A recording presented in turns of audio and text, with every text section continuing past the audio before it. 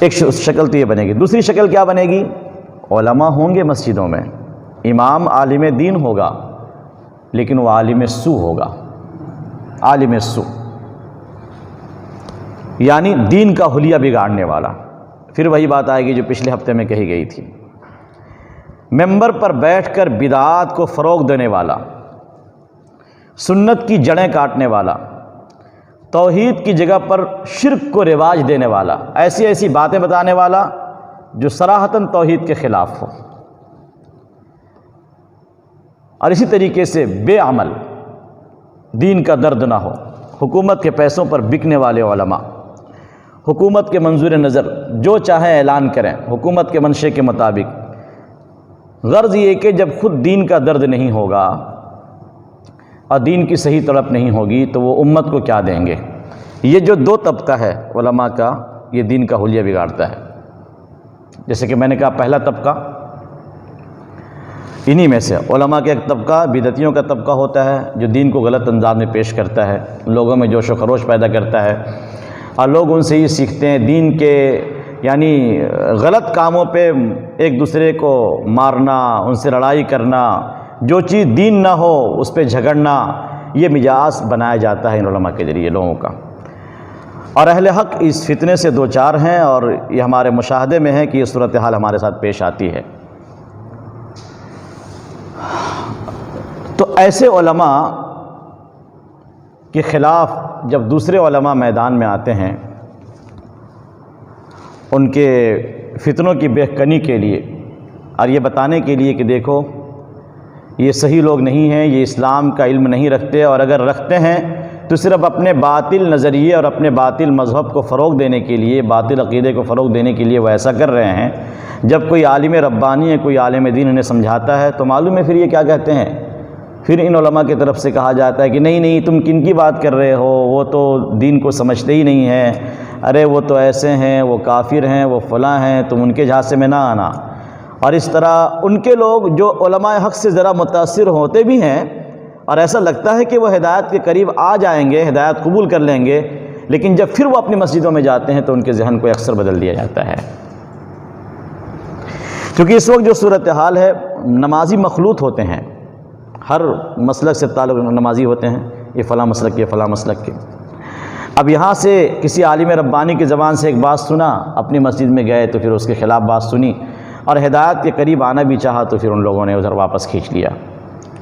اس صورتحال کو آپ معمولی مت سمجھیے، یہ بہت سنگین صورتحال ہے۔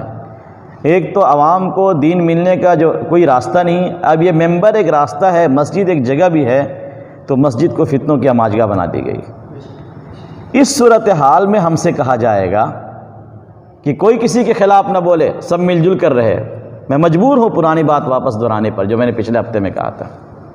ہمیں یہ سمجھایا جائے گا کہ مل جل کر رہنا ہی دین ہے، تو پھر آپ بتائیں کہ کہنے والا، میں نے جیسے کہا تھا کہ بھائی اس کی تقریروں سے چاہے امت کو کتنا بھی نفع نظر آ رہا ہو، میں کہوں گا یہ ظاہری نفع ہے، اس سے بڑا نقصان ہو رہا ہے ان جملوں سے۔ تو اس لیے علماء حق کو چاہیے کہ اس صورتحال کو کی نوٹس لیں، اس کا جائزہ لیں، اور بالکل حالات سے نہ گھبرائیں۔ یہ الگ بات ہے کہ ہمیشہ علماء حق کی تعداد کم رہی ہے اور ایسے لوگوں کی تعداد زیادہ رہی ہے، لیکن ان کا مقابلہ کرنا چاہیے۔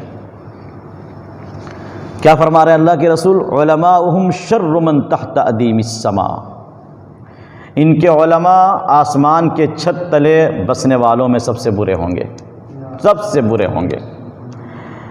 ابھی تو طے ہے کہ اس طرح کی حدیثیں سارے علماء کے لیے نہیں ہیں، علماء حق کے لیے نہیں، یہ تو علماء سو کے لیے ہے۔ من عندہم تخرج الفتنہ، انہی سے فتنہ اٹھے گا، وفیہم تعود، اور انہی میں لوٹے گا۔ انہی سے اٹھنے کا مطلب تو صاف ہے، یہ فتنے کو پیدا کریں گے، دین کے نام پر بے دینی پھیلائیں گے، اور انہی میں لوٹنے کا مطلب یہ ہے کہ فتنے کا مرکز، فتنے کا محور، یعنی فتنہ وہیں سے اٹھا اور وہیں ارد گرد لوٹ رہا ہے، انہی کے چاروں طرف فتنہ ان کو گھیرے میں لیے ہوا ہے۔ نتیجہ کیا نکلے گا؟ نتیجہ نکلے گا کہ فتنہ پیدا کرنے کا وبال، بے دینی پھیلانے کا وبال پھر خود انہی پر آ کر پڑے گا۔ یہ مطلب ہے فیہم تعود کا، وبال ان کے اوپر آئے گا۔ چنانچہ دیکھا یہ جاتا ہے کہ یہ علماء اگرچہ شروع میں کامیاب نظر آتے ہیں، اپنی بدعقیدگی کو، اپنی بے دینی کو یہ لوگوں میں منتقل کر دیتے ہیں، اپنے غلط مسلک کو یہ فروغ دے دیتے ہیں اور ان کا ایک جتھا تیار ہو جاتا ہے۔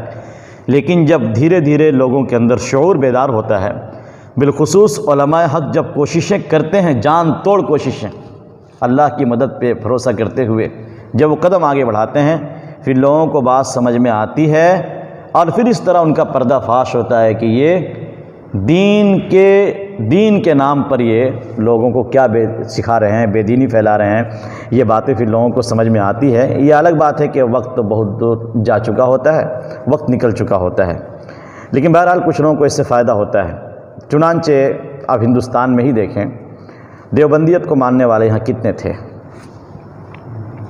اب بالخصوص حرمین شریفین سے فتویٰ آ جانے کے بعد، جیسے کہ میں نے پیچھے بھی کہا تھا، عقل و قیاس کا تقاضا یہ تھا کہ دیوبندیت بالکل سمٹ جاتی ہے بلکہ ختم ہو جاتی ہے، ان علماء کا نام لینے والا بھی کوئی نہ رہتا۔ لیکن ان علماء مخلصین نے، علماء ربانیین نے اپنا کام کیا، کرتے رہے، لگے رہے۔ آج الحمدللہ ایک بہت بڑی تعداد کے اندر اس مسلک کو ماننے والے موجود ہیں۔ اور یہ مسلک کیا؟ ڈاکٹر اقبال کے بقول دیوبندیت نہ کوئی مسلک ہے نہ کوئی فرقہ، ہر پڑھا لکھا سمجھدار دیندار انسان کا نام دیوبندی ہے۔ یہ ڈاکٹر اقبال کا تبصرہ ہے۔ تو اس لیے ہم مسلک صرف اس لیے کہہ دیتے ہیں کہ بہرحال ہمیں کہا جاتا ہے، ورنہ حقیقت ہے کہ اپنے آپ کو مسلک ہی نہیں سمجھتے۔ ہم اہل سنت والجماعت کی تشریح کرنے والے لوگ ہیں۔ حضرت شاہ ولی اللہ محدث دہلوی رحمۃ اللہ علیہ سے جو ہمیں علم ملا، وہ علم جو ائمہ اربعہ سے، محدثین سے، فقہاء سے چلتا ہوا ہندوستان آیا، اور شاہ ولی اللہ محدث دہلوی رحمۃ اللہ علیہ کے خاندان کے ذریعے اللہ تعالیٰ نے جو علم کا کام لیا، اس علم کی ترجمانی کرنے والے، اس دین کی ترجمانی کرنے والے یہ علماء دیوبند ہیں۔ سلسلہ انہی سے جا کر ملتا ہے۔ اگلی حدیث دیکھ لیں پھر بات کو ختم کریں۔ حضرت معاویہ رضی اللہ تعالیٰ عنہ سے منقول ہے، وہ فرماتے ہیں، سمعت رسول اللہ صلی اللہ علیہ وسلم یقول، میں نے آپ صلی اللہ علیہ وسلم کو یہ فرماتے ہوئے سنا، لا یزال من امتی امت قائمۃ بامر اللہ لا یضرهم من خذلهم ولا من خالفهم۔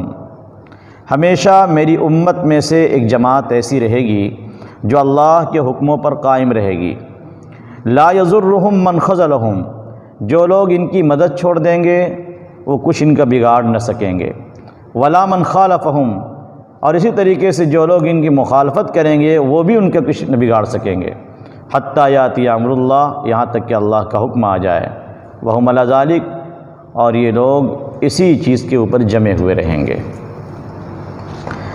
صحیح البخاری حدیث نمبر 3640 اور حدیث نمبر 3541، صحیح مسلم حدیث نمبر 4950 اور 4955، مسند احمد حدیث نمبر 22395 اور حدیث نمبر 22403، اس کے علاوہ متعدد کتابوں کے حوالے اس حدیث میں موجود ہیں۔ یہ کون لوگ ہیں جن کے بارے میں آپ کہہ رہے ہیں کہ میری امت کی ایک جماعت ہمیشہ اللہ کے دین پر قائم رہے گی؟ یہ جماعت کون سی ہے؟ امام بخاری رحمۃ اللہ علیہ صحیح البخاری کے اندر اس حدیث کے تحت لکھتے ہیں، ہم اہل العلم، اس سے مراد علماء کی جماعت ہے، علماء حق جن کو علماء ربانیین کہتے ہیں۔ امام ترمذی رحمۃ اللہ علیہ مشہور محدث حضرت علی بن المدینی رحمۃ اللہ علیہ سے نقل کرتے ہیں کہ اس سے مراد محدثین ہیں، اصحاب الحدیث ہے، اصحاب الحدیث، اہل الحدیث، جس کو یہ لوگ فٹ کرتے ہیں اپنے اوپر، محدثین کے لیے لفظ آتا ہے۔ امام حاکم رحمۃ اللہ علیہ امام احمد رحمۃ اللہ علیہ سے نقل فرماتے ہیں کہ اگر یہ محدثین نہیں ہیں تو پھر کون ہے؟ میں نہیں جانتا، امام احمد کا جملہ ہے۔ اب صوفیہ کرام کہاں چین سے بیٹھنے والے تھے، انہوں نے فوراً دعوت کر دیا کہ بھئی اس سے مراد صوفیہ کی جماعت ہے، صوفیہ ہی کی جماعت تو ہے جو ان صفات نبوت جو انبیاء کے صفات تھے اس صفات پر لوگوں کو ڈھالنے کی کوشش کرتی ہے جماعت، بالکل برحق ہے، اس میں کوئی شک نہیں۔ امام غزالی رحمۃ اللہ علیہ نے اس بات کا اقرار کیا ہے کہ تصوف میں لگنے سے پہلے میرا پڑھنا، پڑھانا، مطالعہ کرنا وہ اور 12 سال جب میں نے تصوف کو دیا تو اس کے بعد دونوں میں زمین آسمان کا فرق تھا۔ اور مجھے اس بات پر شرح صدر ہے کہ عالم دین جو متصوف بھی ہو، متصوف ہو، مطلب یہ ہے کہ وہ صفات جو آپ صلی اللہ علیہ وسلم کے تھے ان صفات کو اپنے اندر منتقل کرنے کی اس نے کوشش کی ہو، کچھ وقت اس کے پیچھے لگایا ہو، اس کے علم کا رنگ اور اس کے ذریعے ہدایت کا پھیلنا، اس کا مقابلہ ہم جیسے لفظی علماء نہیں کر سکتے۔ ہمارے علوم لفظی ہیں، ان کے علوم حقیقی ہوتے ہیں جو سینوں تک پہنچے ہوئے ہوتے ہیں، اور علم جب تک سینے تک نہ پہنچے یعنی عمل کی راہ پہ نہ لگا دے وہ علم حقیقی نہیں کہا جاتا اسے۔ اس لیے فیصلہ کر دیا گیا تھا کہ علم تو بس علم دو ہیں، نمبر 1 علم حقیقی جو لوگوں کو عمل کی راہ پہ لگا دے جسے علم نافع کہا گیا ہے، نمبر 2 علم لفظی جو زبان پر ہو، الفاظ میں ہو، تقریروں میں ہو، تحریروں میں ہو بس، اور اس سے آگے نہ بڑھ سکے، خود عالم کو عمل کی راہ پہ نہ لگا سکے، یہ علم لفظی ہے۔ اور اللہ کے رسول نے اس سے پناہ مانگی ہے، اللہم انی اعوذ بک من علم لا ینفع، اے اللہ میں آپ کی پناہ چاہتا ہوں ایسے علم سے جو نفع نہ پہنچائے۔ اور دوسرا علم آپ نے مانگا، اللہم انی اسألک علما نافعا، اے اللہ میں آپ سے علم نافع مانگتا ہوں۔ تو بہرحال یہ صوفیہ کرام کے بارے میں بات چل رہی تھی۔ بعض اور لوگوں کا کہنا ہے کہ اس سے مراد مجاہدین کا طبقہ ہے، اس لیے کہ اس روایت کے بعض طرق کے اندر صاف لفظوں میں قتال کا لفظ آیا ہے، یقاتلون کا لفظ ہے، میری امت کی ایک جماعت قتال کرتی رہے گی حق کے اوپر، حق کے اوپر قتال کرتی رہے گی۔ تو یہاں پر مجاہدین کا طبقہ یہ کہہ سکتا ہے کہ جہاں پر یہ آیا ہے میری امت کی ایک جماعت اللہ کے حکم پر قائم رہے گی، اس سے مراد قتال ہے، چونکہ ایک حدیث دوسری حدیث کی تشریح کرتی ہے۔ لیکن انصاف کی بات یہ ہے کہ امت کا ہر وہ طبقہ جو دین کا کام کر رہا ہے سب اس میں داخل ہے، محدثین ہوں، علماء ہوں، فقہاء ہوں، مجاہدین ہوں، صوفیہ کرام ہوں، ہر طبقہ اس کے اندر داخل ہے۔ اس طبقے کی شان کیا بتائی آپ نے، غور کریں اس پہ، لا یضرہم من خذلہم، جو ان کی مدد چھوڑ دے وہ بھی ان کا کچھ نہیں بگاڑ سکتے۔ یہ کون ہے؟ یہ مخالفت کرنے والے لوگ نہیں ہیں، مدد چھوڑنے والے ہیں، اپنے لوگ ہیں۔ مدد کون چھوڑتا ہے؟ اپنے لوگ، جن کو مدد کرنا چاہیے تھا پیچھے ہٹ گئے۔ چنانچہ ہم نے علماء ربانیین کی تاریخ پڑھی ہے کہ جب انہوں نے باطل کے خلاف قدم بڑھایا تو اپنے لوگ بھی پیچھے تھے، وہ اس کے منتظر تھے کہ آگے آگے کیا ہوتا ہے دیکھتے ہیں۔ دین الہی کے خلاف مرد مجاہد اکیلا اٹھا تھا پنجاب کے علاقے سے، یہ الگ بات ہے کہ وہ میں اکیلا ہی چلا تھا جانب منزل، مگر راہ رو آتے گئے اور کارواں بنتا گیا، وہ تو بعد میں ہوا، ورنہ حضرت کی شخصیت اکیلے کھڑی ہوئی تھی، اور پھر بعد میں اہل حق کا ایک جتھا تیار ہوا ان کے ساتھ دینے والوں میں۔ دوسرا طبقہ من خالفہم، جو ان کی مخالفت کرے گا وہ بھی ان کا کچھ نہیں بگاڑ سکے گا، مخالفت کرنے والے بھی کچھ نہیں بگاڑ سکتے۔ چنانچہ مولانا علی میاں ندوی رحمۃ اللہ علیہ نے تاریخ دعوت و عزیمت میں ایک پوری جلد مجدد صاحب رحمۃ اللہ علیہ کے بارے میں لکھی ہے، پوری جلد انہی کے بارے میں ہے۔ اکبر کے زمانے میں کیا حالات تھے، پھر جہانگیر کے زمانے میں کیا حالات بنے، مجدد صاحب نے اس فتنے کا مقابلہ کیسا کیا، علماء حق کا کیا رول رہا اس وقت، اور وہ کون علماء تھے جو اکبر کے ساتھ لگے ہوئے تھے اور اسے بگاڑ رہے تھے۔ تو ظاہر بات ہے کہ جب مجدد صاحب نے یہ کام شروع کیا ہوگا اصلاح کا اور تجدید کا، تو کیا وہ علماء ایسو خاموش بیٹھ گئے ہوں گے؟ کیا انہوں نے مخالفت نہیں کی ہوگی؟ مجدد صاحب کی محنتوں پر پانی پھیرنے کی کوشش نہیں کی، سب کچھ کیا انہوں نے۔ اگر وہ یہ دیکھتے کہ میں اکیلا ہوں، میرا ساتھ کون دے گا، مخالفت کرنے والے تو بہت سارے موجود ہیں، تو پھر وہ کام نہ کر پاتے۔ لیکن ہر زمانے میں ایسا ہوا ہے کہ دین کا داعی جب اخلاص کے ساتھ اور ہمت کے ساتھ اللہ پہ بھروسہ کرتے ہوئے کھڑا ہوتا ہے تو نہ یہ وہ پرواہ کرتا ہے کہ ہمارے اپنے لوگ ساتھ دیں گے یا نہیں، اور نہ اس کو اس کی پرواہ ہوتی ہے کہ مخالفت کرنے والے تو ہم سے کہیں زیادہ ہیں، پتہ نہیں انجام کیا ہوگا۔ انجام سے بے پرواہ ہو کر وہ اپنا کام کرتا جاتا ہے۔ اس زمانے میں بھی اللہ والوں کی جماعت موجود ہے جس کو باطل نے دبانے کی کوشش کی اپنوں نے بھی ساتھ چھوڑا، غیروں نے بھی جم کر مخالفت کی۔ اب مخالفت صرف زبانی حد تک ہی نہیں، مخالفت اپنے ہتھیار سے کی، اپنی طاقت سے کی۔ لڑائی کسی ایک ملک سے ہے، مگر اس ملک کے ساتھ دینے والے دوسرے کئی ممالک موجود ہیں، سب نے مل کر مخالفت کی۔ اپنے مسلمانوں نے صرف ساتھ ہی نہیں چھوڑا، مخالفت تک کی، ان کو برا بھلا کہا، ان کو طعنے دیے، مگر آج نتیجہ سامنے ہے کہ اللہ تعالیٰ نے کس طرح ان کی مدد فرمائی۔ یہ تو چونکہ حدیث میں قتال کا لفظ آ گیا تھا ایک روایت میں، اس لیے میں نے وہ تشریح کر دی اور اشارہ کر دیا اس مقدس جماعت کی طرف۔ ورنہ بھی کسی بھی لائن سے آپ صوفیہ کرام کے لائن سے لے لیں، صوفیہ کرام کے لائن سے آپ لیں، اس لائن سے بھی ہمارے بزرگان دین نے بڑے کام کیے ہیں۔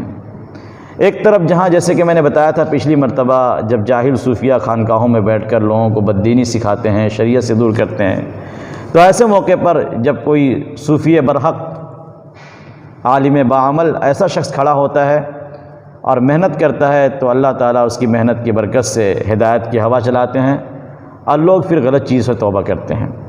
میں نے پڑھا تھا مفتی محمود صاحب رحمۃ اللہ علیہ، جن سے اللہ نے تصوف کے لائن سے بہت کام لیا ہے، اور شیخ زکریا رحمۃ اللہ علیہ کے خلفاء کی ایک لمبی فہرست ہے، لیکن ان میں مفتی محمود صاحب رحمۃ اللہ علیہ کو سب سے بڑا تسلیم کیا گیا اصلاح کے لحاظ سے، اور امت کا مطلب علماء کا طبقہ خاص طور پر مفتی صاحب رحمۃ اللہ علیہ سے بہت زیادہ قریب تھا۔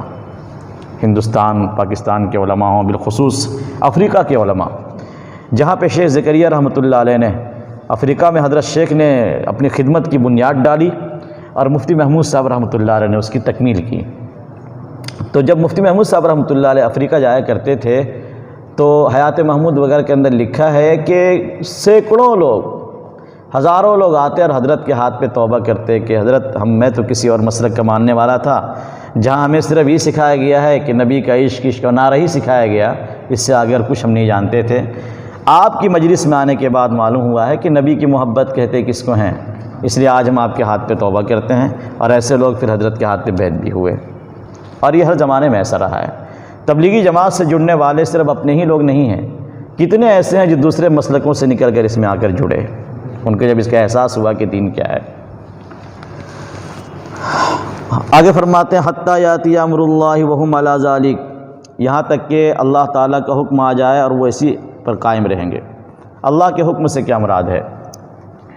اگر اللہ کے حکم سے مراد قیامت ہے تو کیا قیامت تک یہ جماعت موجود رہے گی اہل حق کی؟ اسے قیامت تو کافروں پہ ٹوٹے گی۔ تو بعض علماء نے اس کا بڑا کمزور جواب دیا ہے، مثلا یہ جواب دے دیا کہ کافروں کی تعداد زیادہ رہے گی اور کسی خاص علاقے میں علماء کی جماعت رہے گی، مگر یہ جواب صحیح نہیں معلوم ہوتا۔ صحیح بات یہ ہے کہ امر اللہ سے مراد اگر قیامت ہے تو اس سے مراد ہے قرب قیامت، قیامت کے قریب تک، یعنی جب تک ایمان والے رہیں گے اس وقت تک یہ جماعت رہنمائی کے لیے موجود رہے گی۔ اور اگر امر اللہ سے مراد قیامت کی علامتیں لے لیں تو پھر مسئلہ صاف ہے کہ قیامت کے آنے سے پہلے قیامت کی علامتیں جب آئیں گی لوگوں کے سامنے ایک ایک کر کے، تو علامتوں کے آنے کا جو زمانہ ہے، جو اہل ایمان کا زمانہ ہے، اس وقت تک مسلمان بھی رہیں گے۔ آخری علامت پر اہل ایمان ختم ہوں گے۔ وہ آخری علامت کیا ہے؟ یمن کی طرف سے خوشبودار ہوا چلے گی جو ایمان والوں کے روح کو قبض کر لے گی، تو اس وقت تک یہ جماعت باقی رہے گی۔ یہ دونوں حدیثیں آج سبق کے اندر آئی ہے، دونوں میں بڑا ربط ہے۔ پہلی حدیث میں علماء سوء کا بیان تھا جو مسجدوں میں بیٹھ کر بھی بربادی پھیلاتے ہیں، بددینی پھیلاتے ہیں، اور دوسری حدیث میں اللہ کے رسول نے علماء ربانیین کو بیان فرمایا ہے کہ یہ طبقہ ہمیشہ امت کے اندر موجود رہے گا۔ صحابہ کرام سے اس کا جو سلسلہ چلا ہے قرب قیامت تک یہ سلسلہ علماء حق کا باقی رہے گا۔ بس اب اللہ تعالیٰ لوگوں کو اس بات کی توفیق دے کہ وہ علماء حق سے جڑیں اور ان کی زندگیوں سے فائدہ اٹھائیں، کیونکہ ایسے لوگوں کی تعداد اب کم رہ گئی ہے، اور حدیث پیچھے گزر چکی ہے کہ یہ علماء دھیرے دھیرے دنیا سے اٹھتے چلے جا رہے ہیں۔ اللہ تعالیٰ ہم سب کو عمل کی توفیق عطا فرمائے۔